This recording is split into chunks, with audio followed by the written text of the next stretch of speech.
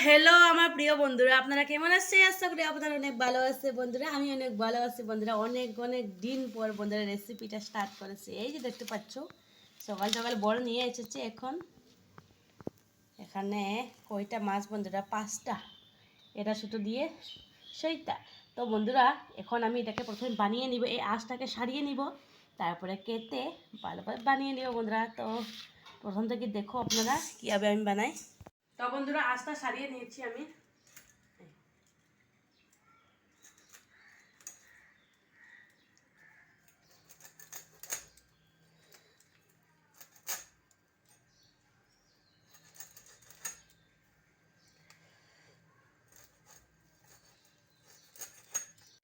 তো বন্ধুরা, মাছটা ভালোভাবে ধোয়া হয়ে গেছি। মাছও দিয়ে দিচ্ছি স্বাদ মতো লবণ।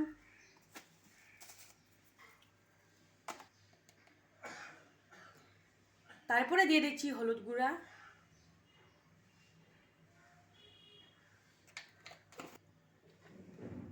তারপরে দিয়ে দিচ্ছি লঙ্কা গুঁড়া,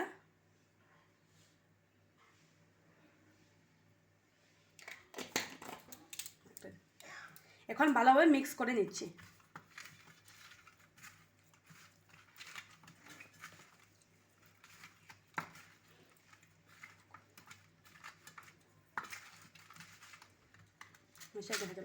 তো কড়াই গরম হয়ে গেছে বন্ধুরা, তেল দিয়ে দিচ্ছি।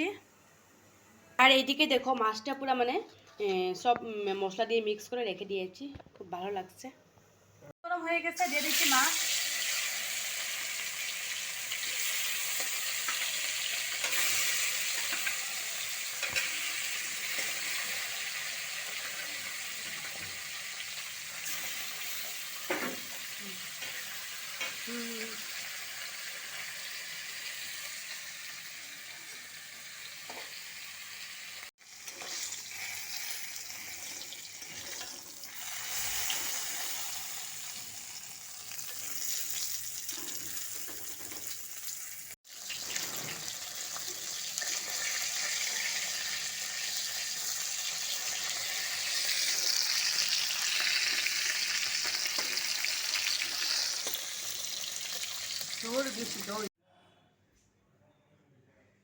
তো বন্ধুরা, মাছটা ভাজা করা হয়ে গেছে। তারপরে আমি সবজিটা কেটেছি। এখানে ওলকপি দিয়ে বানাবো। ওলকপি আর আলু আর কয়েকটা ফুলকপি দিয়ে আমি বানাবো বলে কেটিয়ে রেখেছি বন্ধুরা। ওটা ধুয়ে ভালোভাবে পরিষ্কার করে রেখে দিয়েছি। কড়াইও বন্ধুরা তেল তো আর দিইনি, সেই মাছ ভাজার তেলটাও আমি পেঁয়াজ দিয়ে দিয়েছি বন্ধুরা, যার জন্য পেঁয়াজ দিয়ে বানাবো। তো পেঁয়াজ দেওয়ার পর বন্ধুরা সবজিটা দিয়ে দিচ্ছি আমি, কেটে রাখা ওলকপি সবজিটা।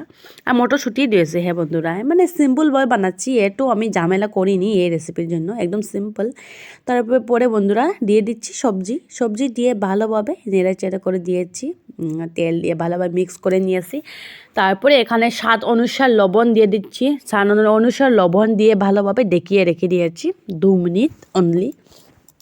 তো ভালোভাবে সবজিটা গায়ে লাগবে লবণের জলটা বার হয়ে গেলে তারপরে মশলাগুলা দিব বলে প্রথমে মশলা দেইনি।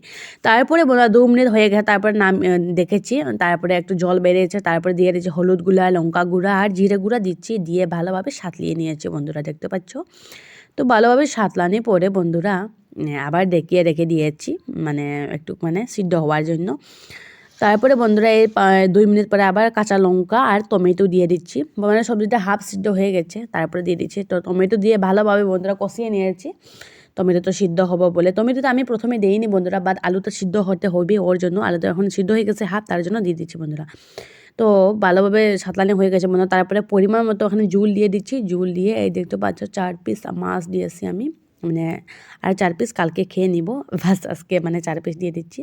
তো দেখতে পাচ্ছ বন্ধুরা, শেষে আমি ধনিয়া পাতা দিয়ে দিচ্ছি। তো আজকে রেসিপিটা কেমন হয়েছে, ভালো লাগলে প্লিজ আপনারা লাইক দিয়ে দিন। কেমন হয়েছে অবশ্যই কমেন্ট করে জানাও। আর শেষে সাবস্ক্রাইব করতে ভুলবেন না। আপনারা ভালো থাকবেন, সুস্থ থাকবেন। ধন্যবাদ।